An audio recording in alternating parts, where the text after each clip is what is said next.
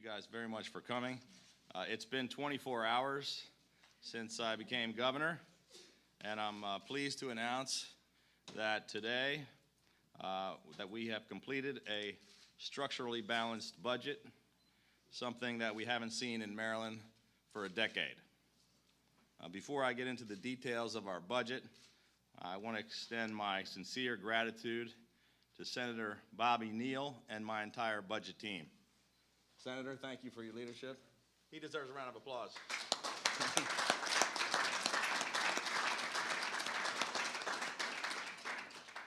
This team rolled up their sleeves and worked very hard over the past 8 or 9 weeks, making the tough choices to get our state budget under control. I also want to thank Secretary Eloise Foster, who is a consummate professional, and all of her team. They really worked hard and provided tremendous assistance to us in the transition. And finally, I want to acknowledge the contributions from our new Secretary of DBM, David Brinkley, who will be the driving force behind Maryland's fiscal stability for the long term. Thank you, guys. Secretary. I want to begin by being very clear about what my budget accomplishes. First, by getting spending under control, we have created a structurally balanced budget without gimmicks or sleight of hand, something that has not been accomplished for 10 years. Second, as introduced, our budget puts Maryland on sound financial footing without raising taxes or fees, and without eliminating agencies or departments or services, without laying off a single state employee, and without any furloughs whatsoever. Finally, I'm introducing record spending in K through 12 education and growth in higher education spending as well. Maryland's FY 2016 budget establishes balance without slashing agencies, laying off workers, and while fully funding education and all of our other essential priorities. Let me tell you how we got here. Since the first day of my campaign, our goal has always been simple: to tear down the barriers to economic growth and to build a new foundation to restore Maryland's economy. I have consistently said that each action I will take will be put to a very simple test. Does this make it easier for families and businesses to stay and prosper in Maryland? And will this action make more families and businesses want to come to Maryland and grow our economy? I'm proud to say that this budget that I'm introducing today meets both of those criteria. Our budget gets spending under control and establishes a realistic trajectory for spending in the future. When we began the process, we were handed a baseline budget of $17 billion with projected revenue of $16.3 billion. The previous administration was on track to spend $700 million that we did not have. I know this is a completely foreign concept here in Annapolis, but in FY 2016, my budget expends $16.4 billion on revenues of $16.4 billion. And starting today, we will put an end to the budgetary gimmickry and shell games that have put our state on a path to financial peril. In FY 2016, we will deliver real structural balance, not just for 1 year, but for the long term as well. The theme of this budget is balance today, balance tomorrow, and that's exactly what we will deliver. Our budget formula will come as no surprise to anyone who manages a family's finances. We will stop spending more than we take in. We will stop using the maxed out credit cards, stop raiding the kids' piggy bank, and stop dipping into the retirement account. Excluding appropriation to the reserve fund, pay-go capital, and debt service, the FY 16 budget, as introduced, keeps general fund spending growth to 0.5%. That is comfortably below the projected 3.5% growth in revenues. I believe that the leadership in the General Assembly is as committed as I am to a structurally balanced budget. In fact, the General Assembly's Spending Affordability Committee recommended cuts in the state's structural deficit from around $700 million to $350 million. I'm very proud to say that we will eliminate the structural deficit today, years ahead of the committee's target.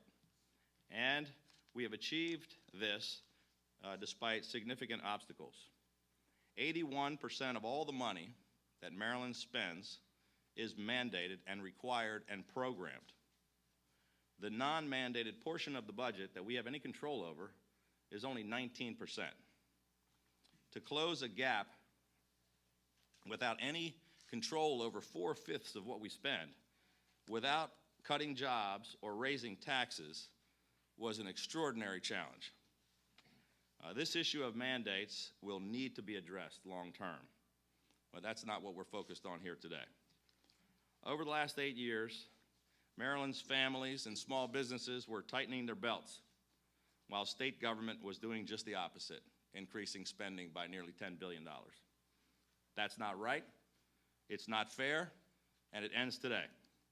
Our budget includes a 2% reduction in funding to state agencies to help break the ongoing cycle of excessive spending and borrowing, a cycle only made possible through tax hikes to Maryland's struggling families and small businesses. Spending too much, borrowing too much, and overtaxing Maryland families and businesses were the essence of my campaign. My FY 2016 budget fixes the first two problems and puts us in a great position to tackle the third. Allow me to highlight where the last several years of borrowing and overspending have left us. In 2008, pension and debt service was 6.2% of the general fund. It's high, but somewhat manageable of a figure. By 2019, debt service and pension costs are projected to account for 10.6% of the total budget. This year, payments on state debt will grow by 96%. In FY 2016, general fund contributions to debt service will come close to what we spend on school construction. I'll repeat that. We are now paying almost as much on our credit card debt as we pay to build new schools. In 2 years' time, general fund payments on the state's public debt will reach $500 million per year. By comparison, in 2013, Maryland's general fund debt service cost was zero. The Maryland State Retirement and Pension System is has a currently funded status at 69%. To put a dollar figure on that, we face $18.7 billion in unfunded pension liabilities. We must address this growing shortfall to keep our promises to employees and retirees. Ignoring or trying to hide our debt, pension, and other obligations will eventually jeopardize our ability to fund education, transportation, environmental programs, and the support that the state provides to the vulnerable and those most in need.